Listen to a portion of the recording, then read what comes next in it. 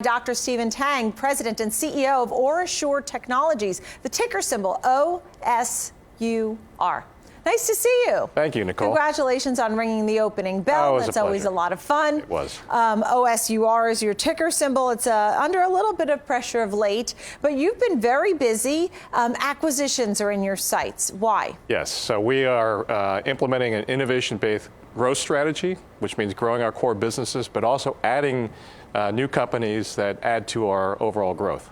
So is that the idea, is to grow by acquisition, right? By doing that, you continue to grow. You don't have to be building the research and development as much. I know you're doing that as well, but growing through these acquisitions. Well, we want to have new capabilities, and that's certainly what we've been acquiring, but our core businesses have been growing as well. Mm-hmm. We're a company that's devoted to helping people learn more about their health, their wellness, and disease state. Right. And so all those areas have been growing nicely for us over the years. This is using saliva, right, and being able to right on point detect all kinds of things. And why is your company different from others? Well, we're pioneers. We have developed first-of-a-kind products to be able to detect HIV with an oral fluid, hepatitis C. Recently, we had approval for the Ebola virus. But we also make the saliva collection kits for genomic testing. Companies like 23andMe and Helix. I was going to ask you about that. Yes. That's very interesting because 23andMe is very popular, and I know Ancestry is another name, but I mean, it's not just about your ancestry, but by doing that, you can also detect whether or not you're more likely to have cancer or other kinds of... Precisely. What kinds of things do you detect with that? I mean, I just used cancer as an example because that's the one I knew off my head. But what other types of things do you detect ahead of time? Well, anything that's related to your genome, which can lead to susceptibility diseases that you might be a carrier for, that you inherited from your parents. Those are the types of situations which we call health risk management, which is the sector of genomics we're really devoted towards. When we look at this overall with basically gene therapy, right, what are some of the innovations that you're working on right now? Well, we want to be able to link the genome to other aspects of health. A big one right now for us is the microbiome. So it's looking at the gut bacteria that exist inside of you and the relationship that has to your health, not only to your digestive health, but other areas like inflammation, your neurology, et cetera. It's a fascinating, burgeoning area of research that's being tied to drug development as well. It's amazing because I never heard about gut health until, a few years ago. I mean, I have a good friend who's the head of the F Factor diet. It's all about fiber and how important gut health is, and that the bacteria and toxins need to be flushed out of the body, right? Is it so key?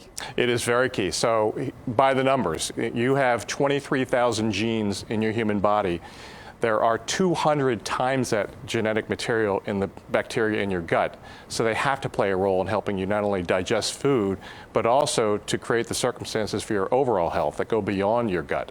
I mean, now I just have to ask you, meat, no meat, does it matter? It probably does matter, and if scientists are studying the effect of meat and meatless diets and the effect it has on your overall health, I think the jury's still out, which means that we can sell a lot of our kits to study the gut microbiome. Less meat is better? That's what they're thinking, yes. Fiber is so key? Fiber is key also, yes. Probiotics? Probiotics, but we need to find out the link to actually grow the bacteria that's right for your body. So the company is based in Pennsylvania. Yes. What kind of companies are you looking at since you're in this growth by acquisition phase? What kind of companies are you looking at right now for 2020? What would you like in your ideal world? Well, we've acquired 3 companies this year, and 2 of them are around the whole microbiome area. They give us the ability to not only sample the gut microbiome, but actually do the analysis and create the reports that show you what your microbiome actually consists of. And another one takes first void urine and helps you diagnose sexually transmitted diseases and cancer risks also. So those are the types of companies we acquired today. We're also looking to add to our infectious disease portfolio, where we have tests for HIV, for hepatitis C, and for Ebola. So that's our playing field. I was reading at one point that you had sales that were had negative year-over-year growth of 6.4%. So, and the stock's been under a little bit of pressure. What may change in this picture? Are you worried when you look at those kinds of numbers, or not so much? Not so much, because that is largely to do with the customer concentration issues. So one of our largest customers pulled back their buying behavior.